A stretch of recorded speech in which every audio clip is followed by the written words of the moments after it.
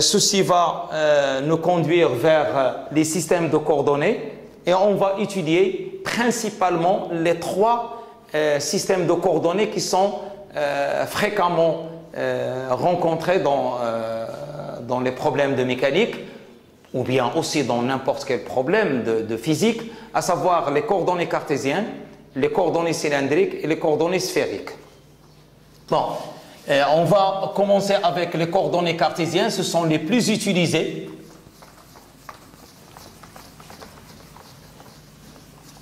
Et donc tout simplement le système de coordonnées, c'est-à-dire c'est le choix d'un référentiel qui nous permettra de positionner ou bien de repérer un point M dans l'espace. Donc je prends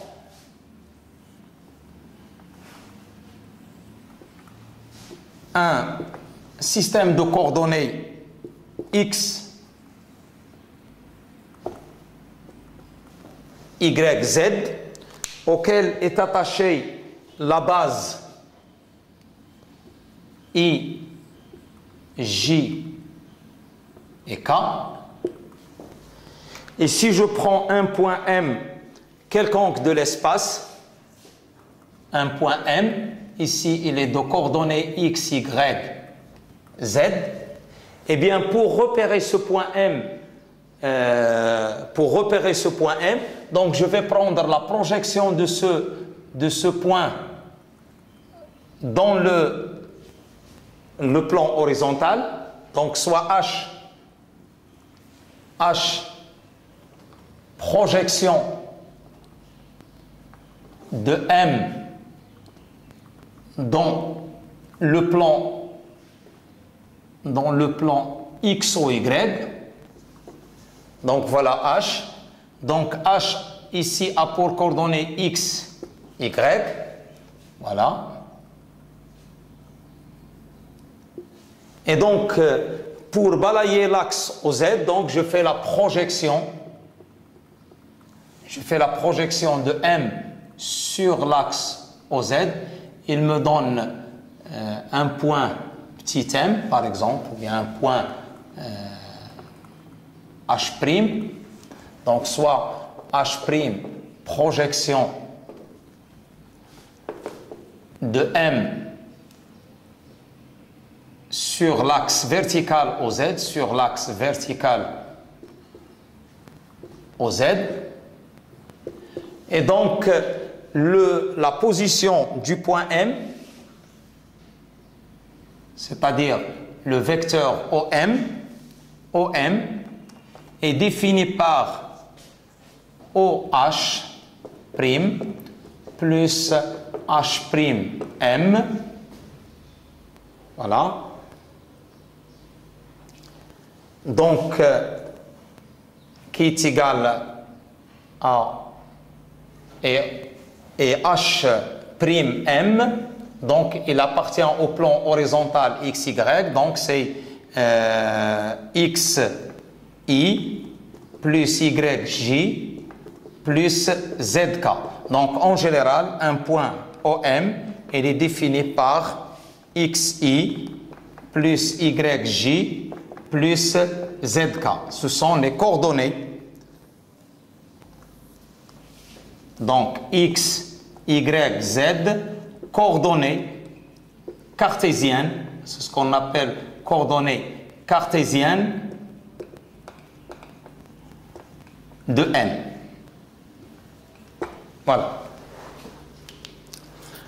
Pour balayer l'espace tout entier, afin de balayer tout l'espace, donc X, elle est compris entre moins l'infini et plus l'infini, voilà.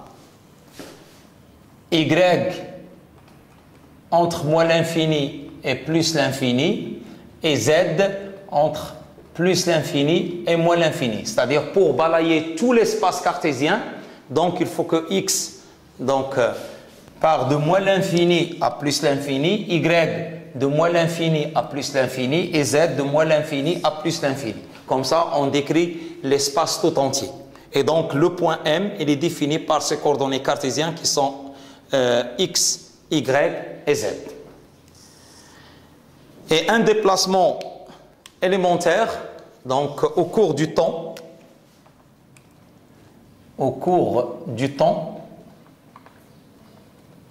le déplacement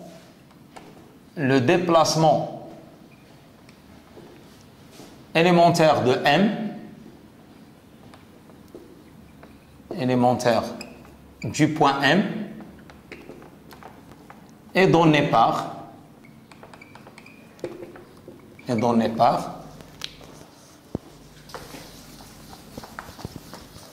D de OM, D de OM est égal à D de XI plus DYJ plus DZK. Bien sûr, avec IJK, toujours IJK, c'est une base fixe qui représente ou bien qui oriente les coordonnées cartésiennes. Bon, maintenant, on passe à un système qui est aussi utilisé, souvent rencontré en mécanique, c'est le système de coordonnées cylindriques. Quelle est la particularité de ce système par rapport au système cartésien? C'est que en coordonnées cylindriques, on rencontre une symétrie, par exemple, par rapport à un axe donné. Donc, c'est la particularité de la symétrie cylindrique. Donc, c'est qu'il y a une symétrie par rapport à l'axe de révolution du cylindre, c'est-à-dire par rapport à l'axe OZ. Et donc, on va, au lieu de définir le point M, comme on l'avait vu en coordonnées cartésiennes par trois distances qui sont X, Y, Z, ici, on va le définir à partir de deux distances qui sont, qu'on va définir, c'est ρ et Z, et un autre angle qui permet de balayer le plan horizontal. Donc, c'est l'angle phi. Donc, on aura aussi trois variables. Donc, comme on avait vu pour les coordonnées cartésiennes, le point M, il est repéré par trois variables qui sont X, Y, Z. Ici, on va définir de nouvelles variables qui sont ρ, phi et Z. Donc, je vais faire un schéma démonstratif pour les coordonnées cylindriques. Donc, je considère toujours la base ou bien le système de coordonnées X, Y, Z, O. Je vais placer la base I, J et K, c'est la base cartésienne. Donc, IJK, base cartésienne.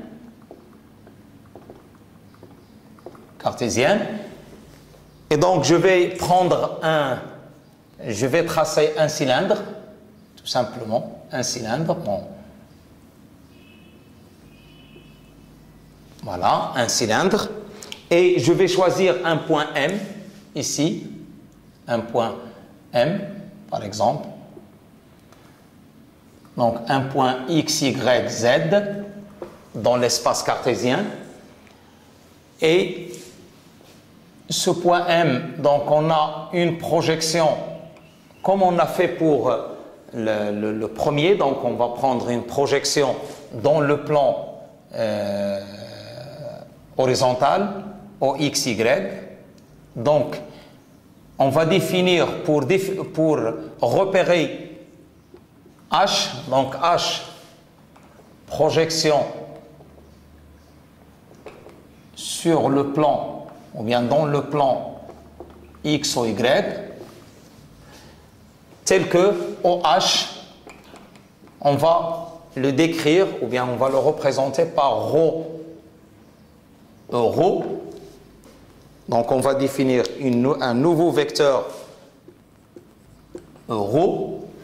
Donc la distance ici c'est ρ. Et ce vecteur, c'est un vecteur, contrairement aux vecteurs IJK qui sont fixes, ce vecteur ρ, il est en rotation dans le plan horizontal autour de l'axe OZ et suivant un angle phi. Donc ρ, c'est un vecteur mobile, attention.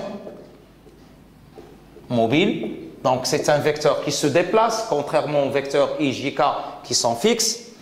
Et le point H décrit le cercle horizontal.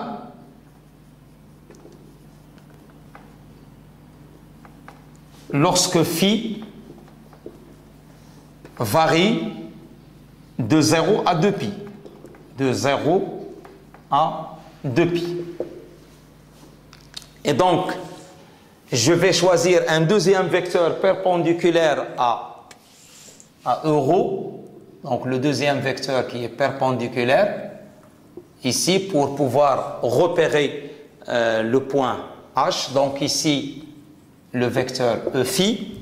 Donc, E phi, vecteur directement perpendiculaire à euro. Et ce vecteur, il est défini à partir de la variable phi. De la variable phi. Bien sûr, et il me reste la projection de M sur le plan horizontal, sur l'axe vertical, donc H', donc tel que OH',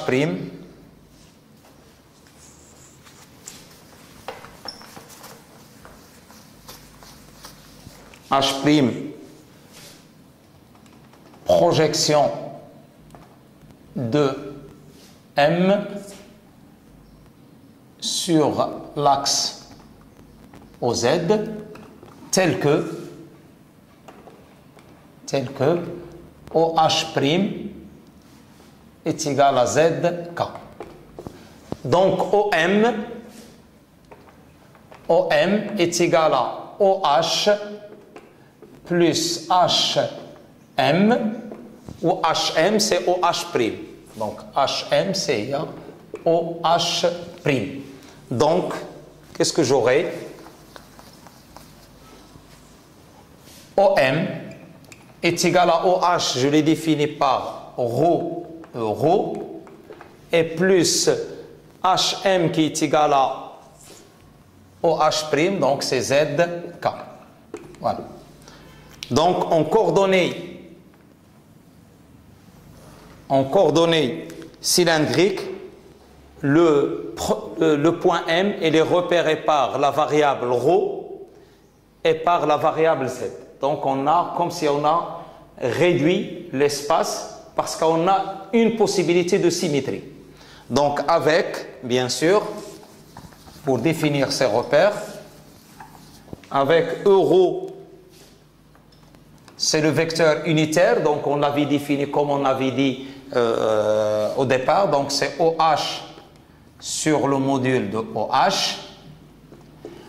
E phi est tel que, comment je peux le définir? E phi est tel que euro scalaire E phi est égal à 0 et E phi, la norme de E phi est égale à 1. Donc c'est comme ça qu'on le définit. Bien sûr, avec euro, E phi et K forment la base cylindrique. C'est ce qu'on appelle la base cylindrique. Donc la même chose,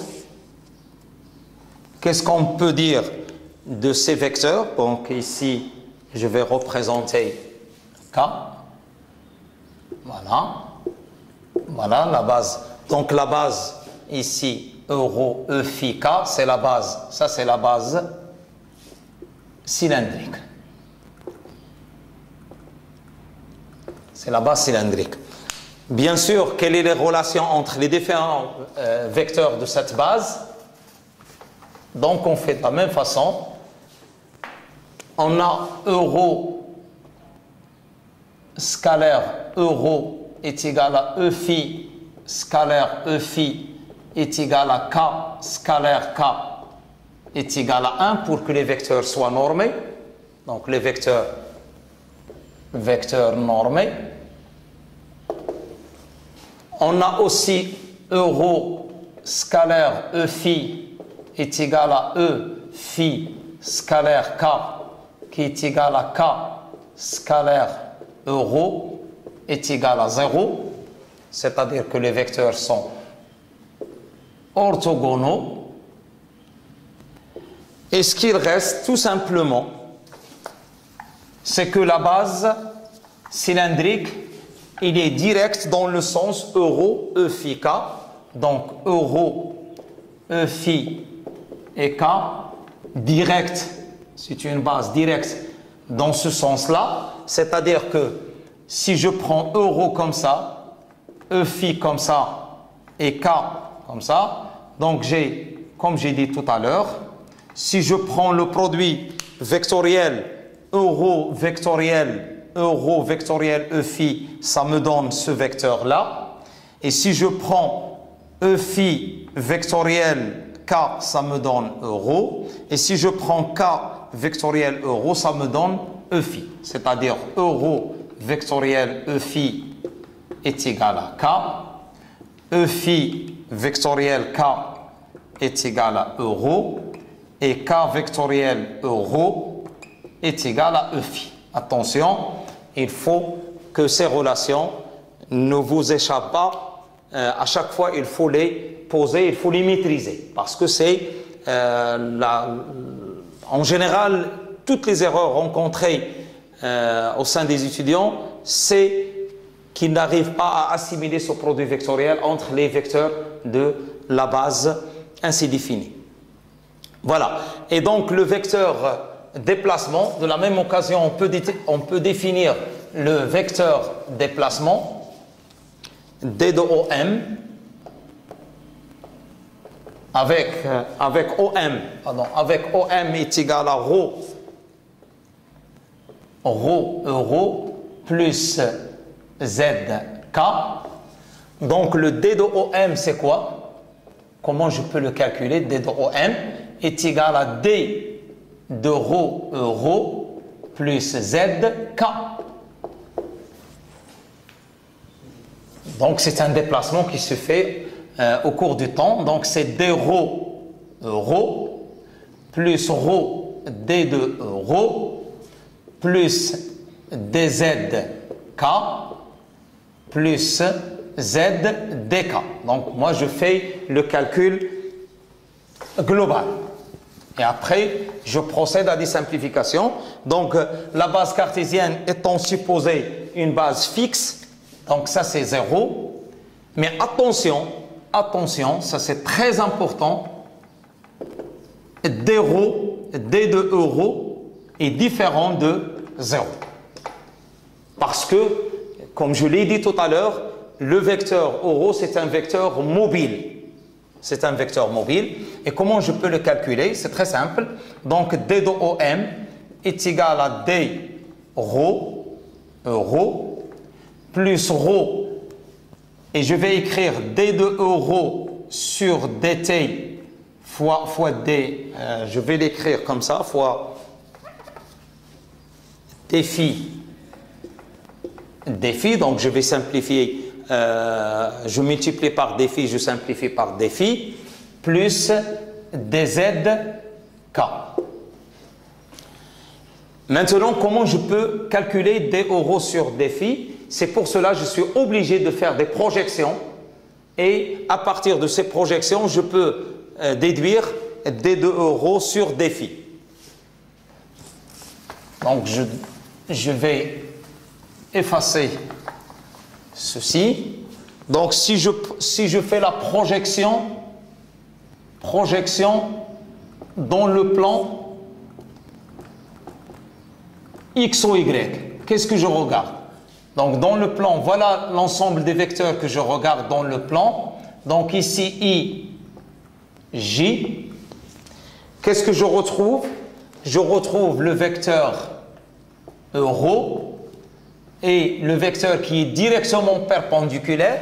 Et bien sûr, puisque cette projection il est faite dans le plan horizontal, donc c'est-à-dire que l'axe K il est perpendiculaire à ceci. Donc ici je retrouve l'angle phi et cet angle je le retrouve ici. C'est-à-dire tout simplement j'ai des relations entre euro et E phi.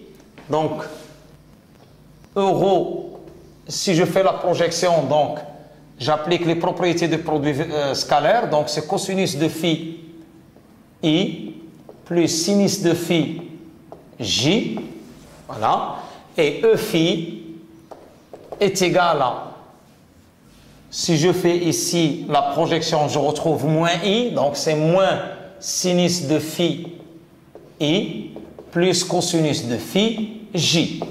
Voilà. Maintenant, je veux calculer D de euro sur D phi. Donc, à quoi est égal D de euro sur D phi est égal à D de cosinus de phi I plus sinus de phi J sur D phi. Donc, c'est une dérivation, c'est une dérivée standard. Donc, c'est quoi? C'est moins sinus de phi I plus cosinus de phi J. Et ceci, c'est quoi? C'est tout simplement, qu'est-ce que je retrouve ceci? Je retrouve le vecteur E phi. Et ceci, on l'avait dit lorsqu'on a dit que la dérivée d'un vecteur, le vecteur et sa dérivée sont perpendiculaires. Donc, la dérivée de D de euro sur D phi, automatiquement, il va me donner le vecteur E phi, qui est directement perpendiculaire. D'où D de OM, ce qui me donne D de OM est égal à D rho euro plus D rho D phi E phi plus DZ K. Voilà. Donc, qu'est-ce qu'il explicite cette relation? C'est-à-dire que lorsque le point M se déplace en coordonnées cylindriques, donc il subit un petit déplacement d rho suivant euro et un déplacement rho d phi suivant E phi et un déplacement dz suivant K. Voilà. Et ceci, donc, je vais enchaîner par la relation entre les coordonnées cartésiennes et coordonnées cylindriques. Donc, si je prends OM en coordonnées cartésiennes, on avait défini c'est xi plus yj plus zk. Et on avait dit que OM, le même vecteur, le même point M, donc a pour coordonnées rho euro plus zk, qui est égal, rho euro, c'est quoi? C'est, je remplace euro par sa valeur, donc c'est rho cosinus phi I plus sinus phi J plus zk, d'où, par identification, qu'est-ce que j'obtiens? Par identification, x est égal à rho cosinus phi, y est égal à rho sinus de phi, et z est égal à z. Pourquoi? Pourquoi z n'est pas, il ne s'est pas transformé? Tout simplement parce qu'on avait dit tout à l'heure que l'axe OZ, c'est un axe de révolution, c'est l'axe de symétrie, et tous les points de l'axe de symétrie sont invariants par la symétrie cylindrique. Voilà. Bon, maintenant, on passe aux coordonnées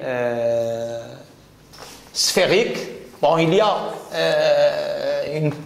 ce qu'on appelle les coordonnées polaires, donc c'est un cas particulier. C'est un cas particulier des coordonnées cylindriques. Bon, je vais passer rapidement. Coordonnées polaires. Polaires. Tout simplement, il concerne un point qui se déplace dans un plan. Donc, automatiquement, point M se déplace, qui se déplace dans un plan. C'est-à-dire, contrairement, lorsqu'on a dans les coordonnées cylindriques, lorsque le point M se déplace dans l'espace tout entier. Ici, le déplacement se fait dans un plan. Donc, on a X, Y, O. On a un point M. Ce point M, je peux le repérer par euro.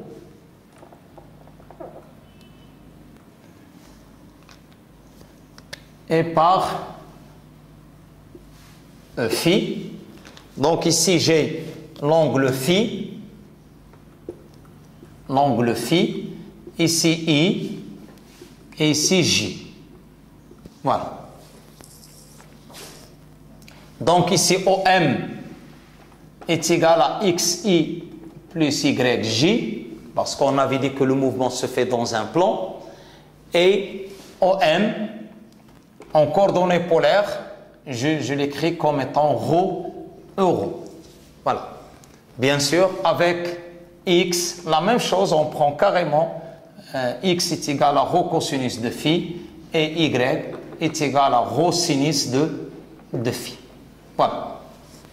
Donc, c'est un cas particulier des coordonnées cartésiennes. Il suffit de prendre Z est égal à 0. Bon, maintenant, on passe au dernier système de coordonnées, c'est les coordonnées sphériques. Coordonnées sphériques.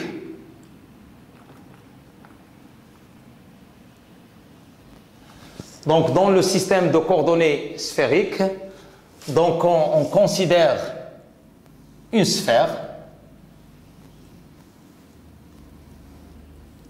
Le système de coordonnées X, Y, Z. Je prends un point M quelconque, un point M.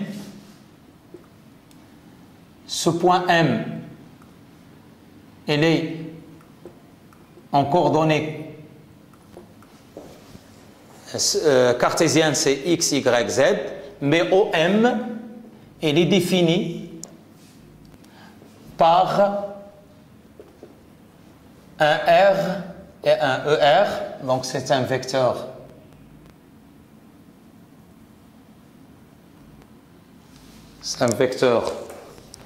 ER.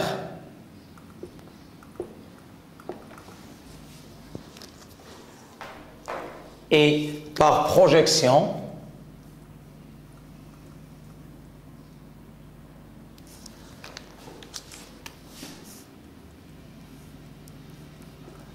H dans le plan X ou Y, il est représenté toujours par le vecteur euro phi, donc je retrace les coordonnées cylindriques.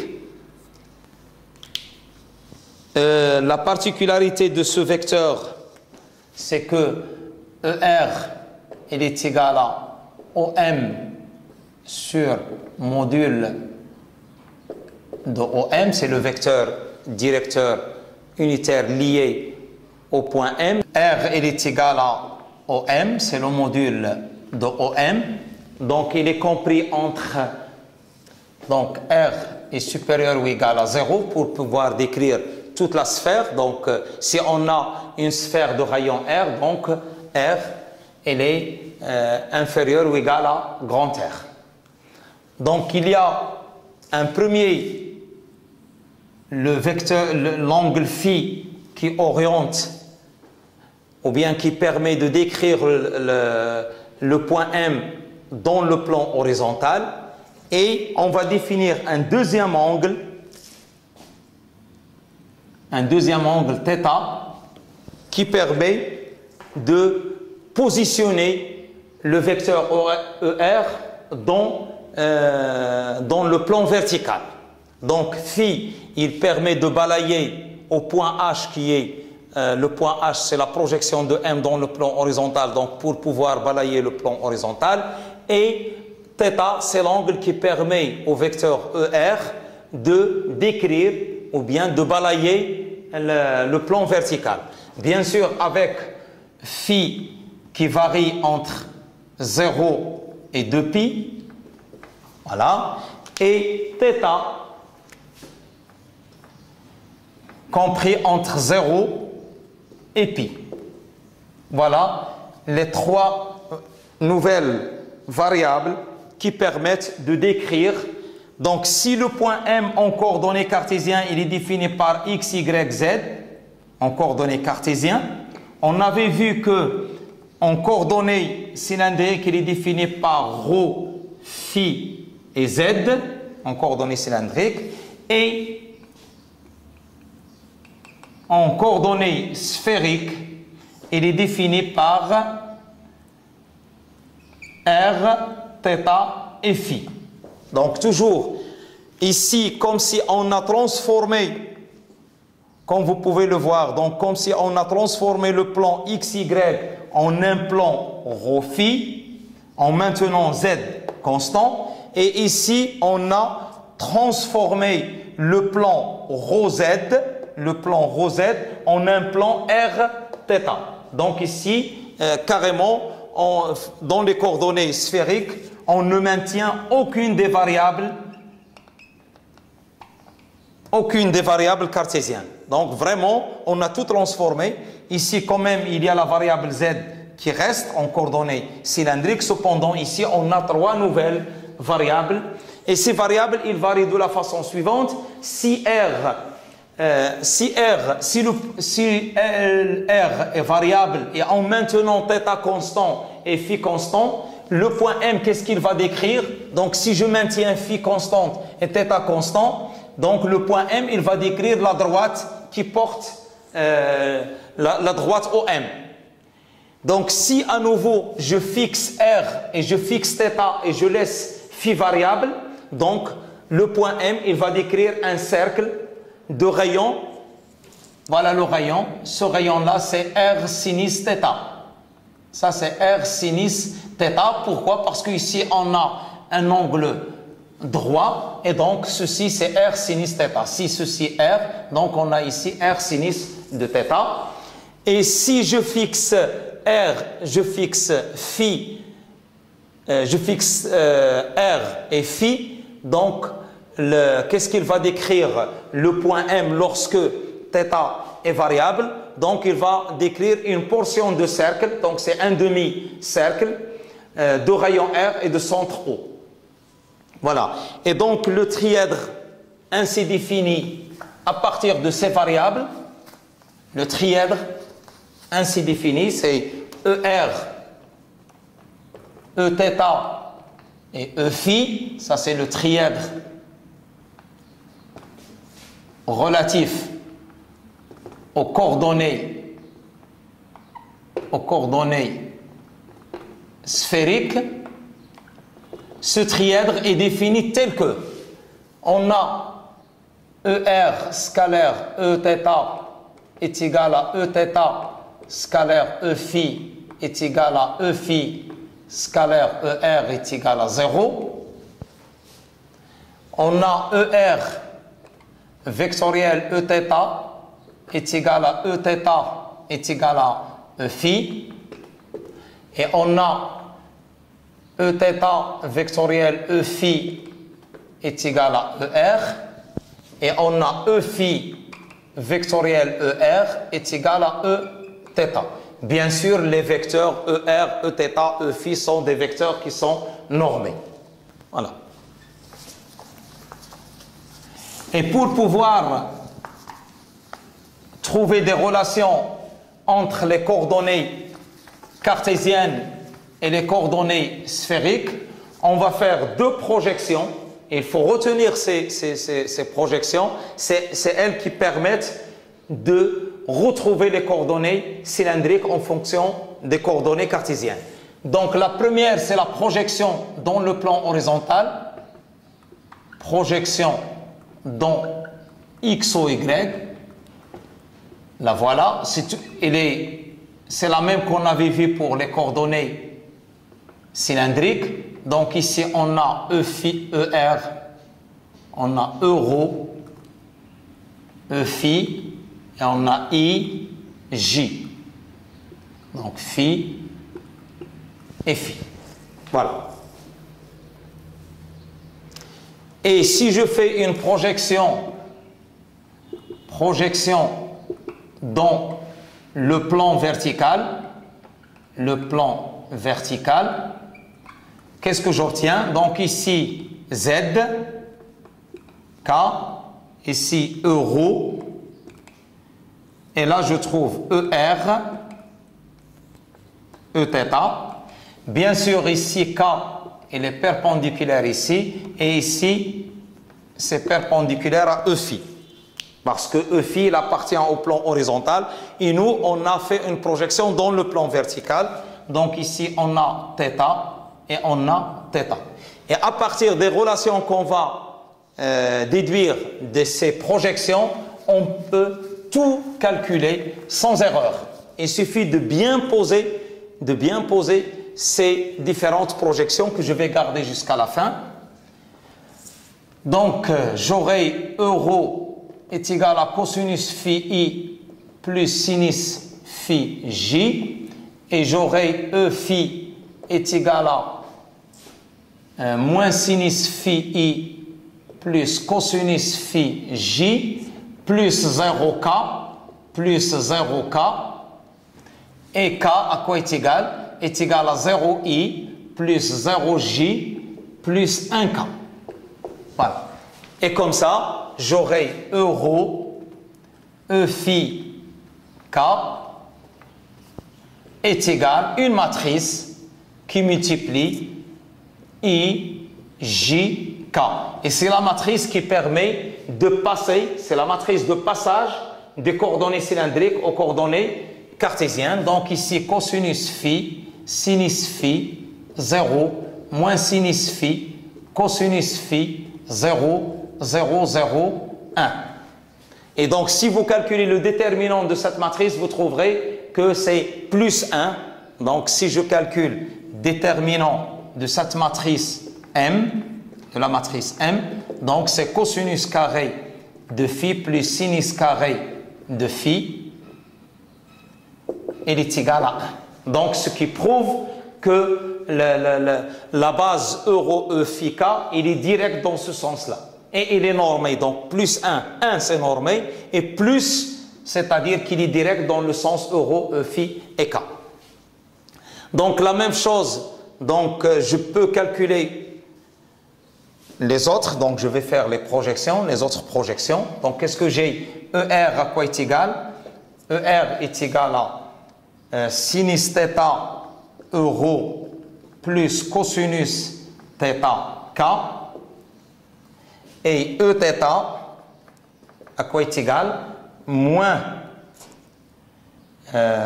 donc est égal à cosinus de θ euro moins sinus θ k, bien sûr.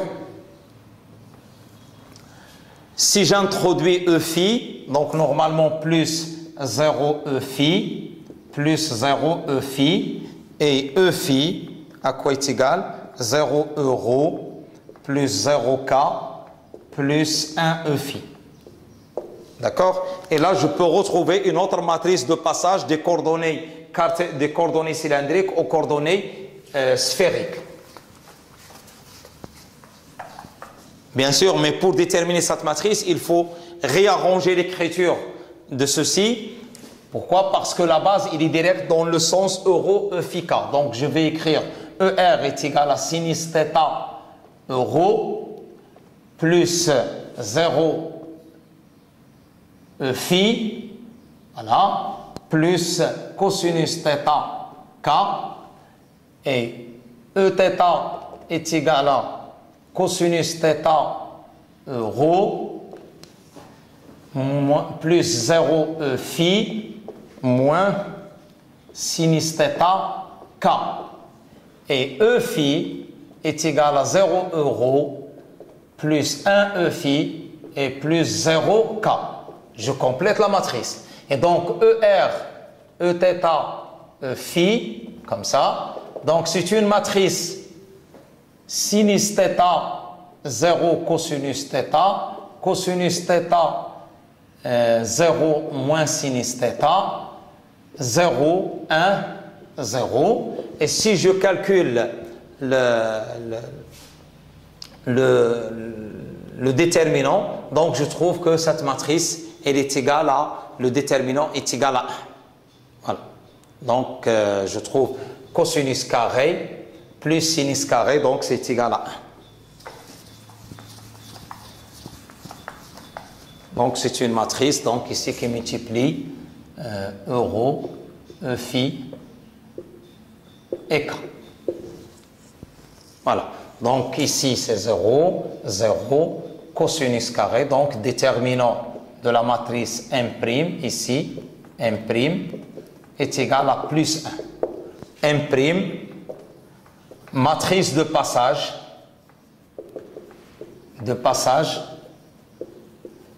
du système de coordonnées cylindriques au système de coordonnées sphériques. Voilà, du cylindrique au sphérique. Comme on a fait tout à l'heure lors de la matrice de passage des coordonnées cartésiennes aux coordonnées cylindriques. Voilà. Maintenant, il suffit que je remplace je porte ces expressions dans la première expression qu'on a déterminée. Donc là, je vais déterminer la matrice de passage de coordonnées cylindriques, de coordonnées cartésiennes aux coordonnées sphériques directement. Voilà. Donc, je vais effacer ceci pour prendre de la place. Et donc, qu'est-ce que j'aurai? Donc, je vais avoir, on a dit, ER à quoi est égal? ER est égal à sinus θ euro, et je vais remplacer euro par sa valeur. Euro, c'est quoi? C'est cosinus phi I plus sinus phi J, d'accord? Plus cosinus θ K. Donc, j'aurai ER est égal à sinus θ cosinus phi I plus sinus θ sinus phi J plus cosinus θ K. Donc, avec OM est égal à XI plus YJ plus ZK, et OM est égal à RER. Donc, si je fais, je remplace et je fais l'identification par identification, qu'est-ce que j'obtiens? Donc, X est égal à R sinus θ cosinus phi, Y est égal à R sinus θ sinus de phi, et Z est égal à R cosinus de θ. Donc voilà, ça c'est la relation qui existe entre les coordonnées sphériques, et les coordonnées cartésiennes. Et à partir d'ici, on peut déduire carrément l'expression entre la matrice de passage des vecteurs sphériques aux vecteurs cartésiens.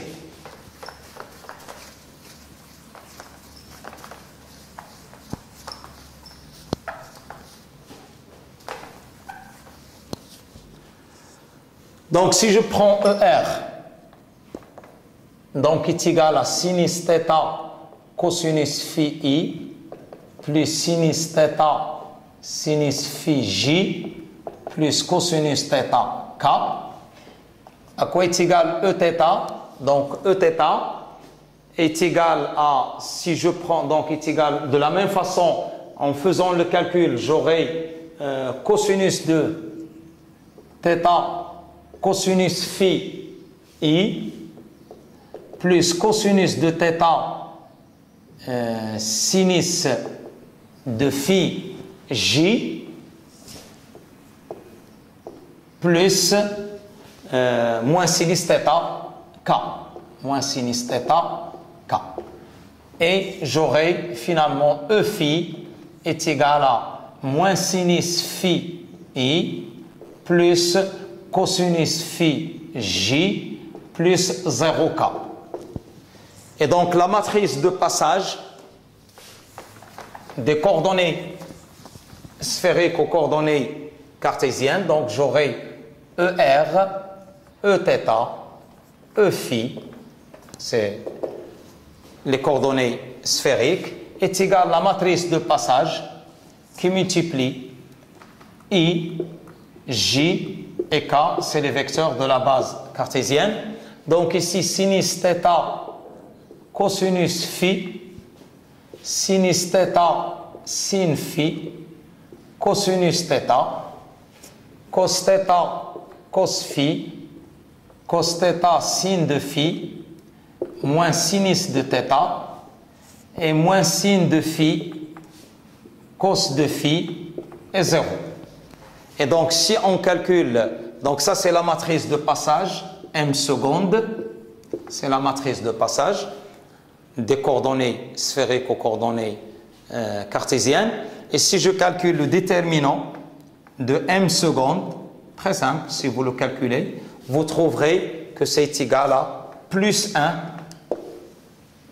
Ça prouve que la base, elle est orthonormée et directe, donc avec ce signe. Donc ceci, on va le voir dans les autres comme application. Donc on va encore traiter davantage les coordonnées cartésiennes, les coordonnées cylindriques lors du calcul de la, surtout lorsqu'on passe au deuxième chapitre et on traite la cinématique. Et là, on calcule les vecteurs position, les dérivés, c'est-à-dire pour calculer les vitesses, pour calculer l'accélération. Donc on aura l'occasion d'assimiler davantage ces coordonnées ou bien ces systèmes de coordonnées par la suite. Donc une remarque avant de terminer, c'est ce premier chapitre.